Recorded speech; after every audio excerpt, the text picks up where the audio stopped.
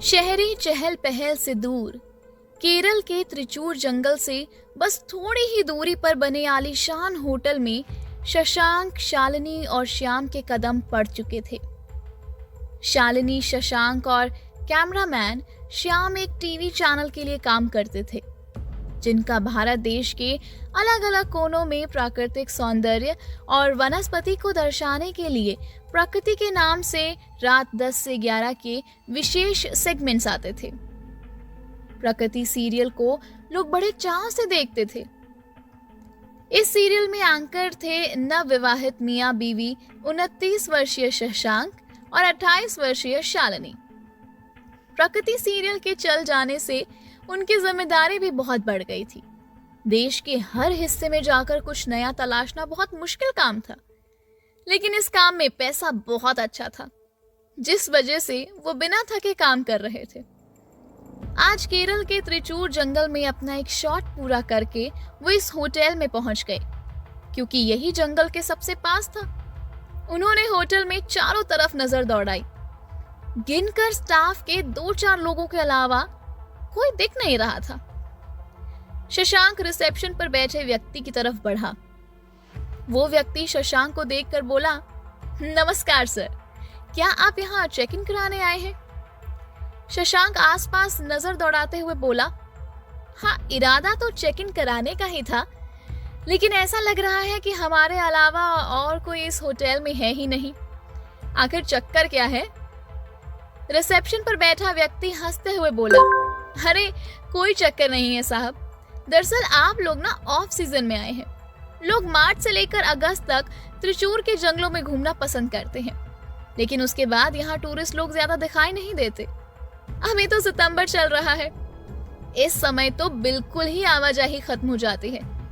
बस आप जैसे कुछ लोग कभी कभार आ जाते हैं, जिनके लिए हम होटल खोलकर बैठे हुए हैं। शशांक बोला, अच्छा तो ये बात है, खैर हमें तो काम के सिलसिले में आना पड़ा। रिसेप्शनिस्ट ने कौतूहलवश पूछा, काम? इन जंगलों में कैसा काम? क्या आप लोग शूटिंग के लिए आए हैं? शशांक मुस्कुराकर बोला, जी बिल्कुल सही पहचाना आपने, हम लोग एक चैनल के लिए शॉर्ट मूवीज टाइप करते हैं। रिसेप्शनिस्ट ये सुनकर बोला, ओह ये तो अच्छी बात है, माफ कीजिएगा, हम लोग ना ज्यादा टीवी वगैरह देख नहीं पाते, इंटरनेट भी यहाँ ठीक काम नहीं करता, इसलिए शायद हम आपके इस चैनल के बारे में नहीं जानते। शशांक फिर से मुस्कुराकर बोला, ठीक है कोई बात नहीं, आप हमें 2 कमरे दे दीजिए। रिसेप्शनिस्ट शशांक को 2 कमरों की चाबी पकड़ाकर वहीं पास खड़े पतले दुबले 50 के आसपास दिखने वाले व्यक्ति से बोला, दास बाबा साहब लोगों को कमरा दिखा दो। दास बाबा उनके 2 बैग उठाए और एक ओर बढ़ चले। शशांक, शालिनी और श्याम भी उनके पीछे पीछे बढ़ चले। पहले ही फ्लोर पर 2 कमरे एकदम आमने सामने थे, वहीं उनके कमरे थे। दास बाबा सामान वहीं रखकर शशांक से बोले, कुछ जरूरत हो तो कॉल कर लीजिएगा। इतना कहकर दास बाबा वहां से चले गए। शशांक और शालिनी अपने कमरे में और श्याम अपने कमरे में जाकर आराम करने लगे। श्याम आराम से अपने कमरे में अकेला बिस्तर पर लेटा था कि उसे शशांक और शालिनी की बहस करने की आवाजें आने लगी। शशांक चिढ़कर बोला, ओफो शालिनी, चैनल ने हमको बिना थके काम करने के लिए नहीं बोला है। आज कम समय के लिए शूटिंग है तो कल थोड़ा ज्यादा शूट कर लेंगे। वैसे भी अभी गोवा कवर करके आए थे ना हम लोग, और उसके बाद ये काम आ गया, कुछ तो आराम करेगा ना आदमी। शालिनी भी मुंह तोड़ जवाब देते हुए बोली, मत भूलो कि इसी काम के कारण आज हमारे पास मुंबई जैसी जगह में अपना आलीशान फ्लैट है। हमें अभी और कमाना है ताकि सेटल हो जाएं। उसके बाद जितना चाहे आराम कर लेना। शशांक जानता था कि शालिनी से बहस में वो नहीं जीत पाएगा, इसलिए मुस्कुराता हुआ प्यार से उसके कंधों पर हाथ रखकर बोला, हम लोग कल देर तक शूट कर लेंगे शालिनी। मैं जानता हूँ कि तुमको इस काम से बहुत लगाव है, लेकिन फिलहाल खाना ऑर्डर कर देते हैं यार। शालिनी भी मुस्कुरा दी। उसका कितना भी मूड खराब हो, लेकिन शशांक ठीक कर ही देता है। रात के 8 बज चुके थे। शशांक और शालिनी खाने का लुत्फ उठा चुके थे। उन्होंने श्याम को भी अपने कमरे में बुला लिया और वो आगे की शूटिंग प्लान करने लगे। उनके खाने के बर्तन लेने के लिए दास बाबा कमरे में आए। वे बर्तन समेट ही रहे थे कि शशांक ने उनकी तरफ देखकर कहा, अरे बाबा, बर्तन बाद में ले जाइएगा, थोड़ा बैठिए हमारे साथ, आसपास की जगहों के बारे में बताइए। दास बाबा को भी रोज रोज बात करने के लिए लोग नहीं मिलते थे, इसलिए वो भी तुरंत बैठ गए। श्याम तब तक कमरे की बालकनी पर पहुंचकर ठंडी हवा के मजे ले रहा था। जंगल पास होने के कारण ठंडी ठंडी सुकून पहुंचाने वाली हवाओं का चलना आम बात थी। अचानक शाम को थोड़ी दूर पर एक ऊंची सी पहाड़ी पर बनी एक मंदिर नुमा इमारत दिखी। इतने अंधेरे में भी वो इमारत ऊंचे पहाड़ पर बने होने के कारण दूर से ही दिखाई दे रही थी। श्याम ने मुड़कर दास बाबा से पूछा, बाबा, ये सामने पहाड़ी पर जो इमारत बनी है वो क्या है? कोई प्राचीन मंदिर, कोई महल या कुछ और? ये प्रश्न सुनते ही दास बाबा के चेहरे की रंगत उड़ गई। वो बड़ी बड़ी गोल आंखें करते हुए बोले, साहब, आप उस जंगल में कहीं भी जाइए, आपकी मर्जी, लेकिन उस पहाड़ी पर भूल कर भी नहीं जाइएगा। दास बाबा की ये बातें सुनकर तीनों लोगों को बड़ा कौतूहल हुआ। वो दास बाबा को घेर कर बैठ गए। सबसे पहले शशांक ने पूछा, वहां ऐसा क्या है बाबा जो आप हमें वहां जाने से मना कर रहे हैं? दास बाबा डरते हुए बोले, उस पहाड़ पर बनी इमारत में सदियों से एक भयानक चुड़ैल का वास है। आप जब वहां जाएंगे तो लकड़ी के एक अवरोध के साथ चेतावनी भी लिखी मिलेगी, लेकिन कुछ धुरंधर लोग चेतावनी को नजरअंदाज करके भी वहां पहुंच जाते हैं और उसका शिकार बन जाते हैं। इसलिए मैंने आपको पहले से ही आगाह कर दिया है। दास बाबा का बस इतना कहना था कि शालिनी, शशांक और श्याम ने एक दूसरे की तरफ देखा और जोरों से हंसने लगे। शशांक हंसते हंसते दास बाबा से बोला, अरे बाबा, चुड़ैल, वो भी आज के समय में, क्या हम मजेदार बात बताई।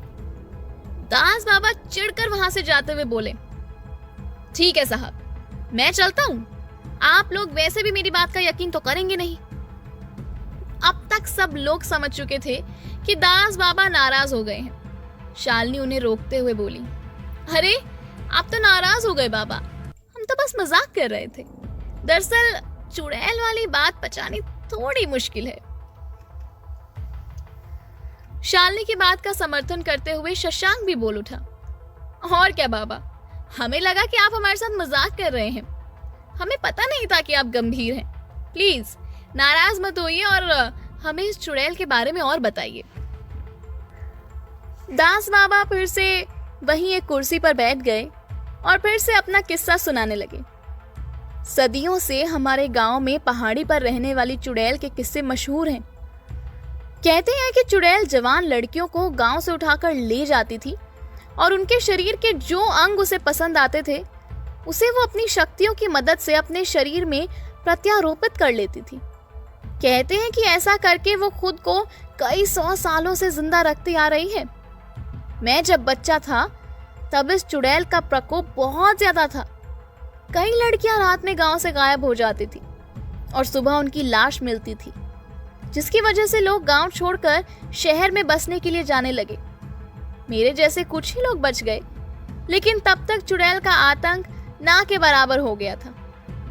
लेकिन एक बार एक अंग्रेज दंपति यहाँ घूमने आया था। वो लोग पहाड़ी पर घूमने निकल गए और आज तक उनका पता न चला। धीरे धीरे टूरिस्ट ने भी इस क्षेत्र में आना बंद कर दिया। इसलिए आप सबसे मेरी विनती है कि जंगल के किसी भी कोने में जाइए, लेकिन सामने वाली उस पहाड़ी पर न जाइएगा। वो पहाड़ी नहीं बल्कि मौत का पैगाम है।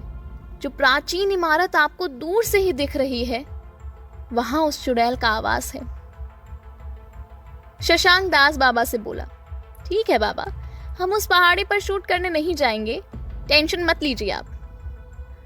इस लंबी बातचीत के बाद दास बाबा खाने की प्लेट्स लेकर कमरे से चले गए। उनके जाते ही कमरे में 1 मिनट तक एक सन्नाटा छाया रहा और फिर तीनों लोग पागलों की तरह हंसने लगे। उनमें भी शशांक सबसे तेज हंस रहा था। वो हंसी पर काबू पाता हुआ बोला, ये गांव वाले भी ना यार, न जाने क्या क्या कहानियां बना देते हैं अच्छी खासी जगह के बारे में। अब बाबा को कौन बताए कि हम तो होटल आने से पहले ही पहाड़ी पर 1 घंटा शूट करके आए हैं। उनके सामने तो वैसे ही अनजान बनने का नाटक कर रहे थे।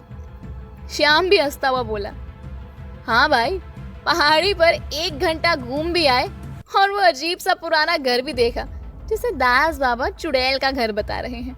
हम तो सही सलामत लौट आए, चुड़ैल तो दिखी नहीं हमको। शालिनी अपने मुंह पर उंगली रखते हुए बोली, श्श्श, धीरे बोलो तुम दोनों, अगर बाबा ने सुन लिया तो फिर भाषण चालू हो जाएगा उनका। उसके बाद श्याम दीवार पर टंगी घड़ी को देखकर बोला, ओह, बातों ही बातों में तो 11 बज गए। तुम लोग सो जाओ यार, मैं भी अपने कमरे में सोने जा रहा हूँ। कल सुबह 7 बजे ही शूटिंग के लिए निकलना है। Good night. इतना कहकर श्याम अपने कमरे में सोने आ गया। शशांक और शालिनी भी काफी थक गए थे, इसलिए कमरे की लाइट बुझाकर वो तुरंत सो गए। ठीक 1 घंटे बाद शशांक की आंख एकदम से खुल गई। कमरे में हल्का अंधेरा था और हवा थमी हुई सी थी। हवा के थमने के कारण बहुत ही अजीब सी शांति पसर गई थी और उस शांति को तोड़ती हुई एक गिनती चल रही थी। 8, 10, 11, 12, 13, 14। शशांक आधी नींद में था। वो ऊँघते हुए बोला, पैसे कल गिन लेना शालिनी, फिलहाल सो जाओ। उसके इतना कहते ही गिनती बंद हो गई। शशांक फिर से सो गया। लगभग 3 बजे उसकी आंख एक बार फिर से एकदम से खुली। अब भी कमरे में वैसा ही सन्नाटा पसरा हुआ था और सन्नाटे को तोड़ती गिनती बहुत आगे पहुंच गई थी। 28,801, 28,802, 28,803। इस बार शशांक ज्यादा नींद में नहीं था। उसे कुछ गड़बड़ लगी। उसने धीरे से अपना हाथ सरकाकर बगल वाला बेड चेक किया और उसके होश उड़ गए, क्योंकि शालिनी बिस्तर पर नहीं थी पर गिनती चालू थी। कोई कमरे में ही था और धीरे धीरे गिनती कर रहा था। शशांक की धड़कनें बढ़ने लगी। वो एकदम से उठ बैठा। कमरे में केवल एक 0 वॉट का बल्ब कोने वाली दीवार पर लगा मध्यम प्रकाश बिखेर रहा था, लेकिन वो भी पूरा अंधेरा दूर कर पाने में असमर्थ था। शशांक के उठते ही गिनती बंद हो गई थी। शशांक को अपनी आंखें अंधेरे के हिसाब से अभ्यस्त करने में थोड़ा समय लगा। वो बिस्तर से उठ गया। उसने ध्यान दिया कि गिनती तो बंद हो चुकी थी, लेकिन दीवार के कोने से किसी की सांसों की हल्की हल्की आवाजें आ रही थीं। शशांक के माथे पर पसीना छलक गया। उसने मुड़कर दीवार के उस कोने की तरफ देखा जहां 0 वाट का बल्ब हल्की रोशनी बिखेर रहा है। वहां देखते ही उसकी सांसें हलक में ही अटकी रह गई। एक 8 फुट लंबी पतली आकृति वहीं दीवार के कोने में खड़ी थी। उस आकृति की लाल चमकती हुई आंखें थी। नाक इतनी लंबी थी कि थोड़ी को छू रही थी और चेहरे का मांस लटक रहा था। जैसे ही शशांक की नजरें उस आकृति से टकराई, वो आकृति मुस्कुराई। मुस्कुराते वक्त उसके भयानक नुकीले दांत शशांक को दिखे। इतना भयावह दृश्य देखते ही वो गश खाकर बिस्तर पर ही बेहोश हो गया। न जाने शशांक कितनी देर तक ऐसे ही बेहोश पड़ा रहा। सुबह उसे दास बाबा ने बुरी तरह हिलाकर जगा दिया। शशांक के जागते ही दास बाबा उस पर बरस पड़े। साहब, क्या आप उस पहाड़ी की तरफ गए थे? शशांक ने आसपास नजर दौड़ाई। उसे शालिनी कमरे में कहीं नहीं दिखी। दास बाबा ने फिर से पूछा, साहब, क्या आप पहाड़ी पर गए थे? शशांक का ध्यान दास बाबा के सवाल पर था ही नहीं। उल्टा उसने प्रश्न किया, मेरी बीवी कहाँ है?